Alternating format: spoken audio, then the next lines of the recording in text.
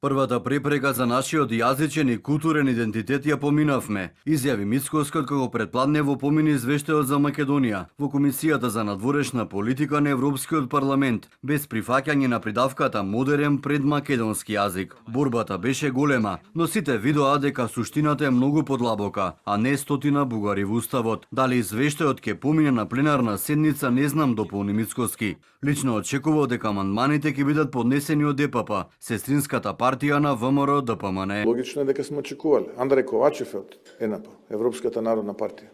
И ќе повторам, дали ќе успееме и на пленарна, не знам. Не знам.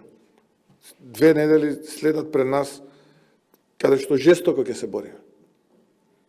Но светот и Европа виде. И ова прашање ќе се покрене сега и во Хаг и на сите наредни сесии во НАТО. Дали некоја земја членка во НАТО алијансата попречува некоја друга во интеграцијата и со тоа ја нарушува безбедноста во регионот. Лидерот на СДСМ пак Филипче за телевизија 24 го поздрави усвојувањето на извештајот, но истовремено оцени дека македонската дипломатија во Комисијата за надворешна политика на Европскиот парламент доживеала дебакал. Прилог амандманот за воведување на формулацијата модерен македонски јазик, кој доаѓа од ДПП, сестринската партија на ВМРО ДПМН, е дипломатска шлаканица и историски пораз, тврди првиот опозиционер. За македонскиот јазик, идентитет и култура никој нема право да преговара во или со Европската унија.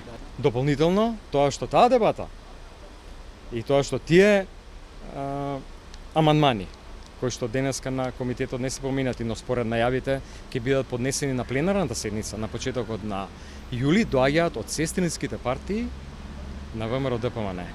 Така да тоа е еден сериозен пораз за нашата дипломатија и за владата. На сличен став и од екс-коалицијскиот партнер на СДСМ ДУИ. Отаму вела дека извештајот е буквално преговарачка рамка.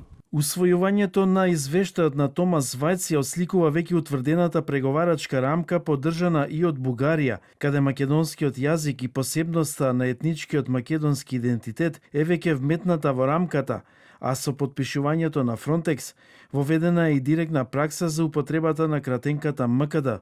Извештајот бара од земјата да продолжи по европскиот пат преку уставни промени за дополнување на малцинствата.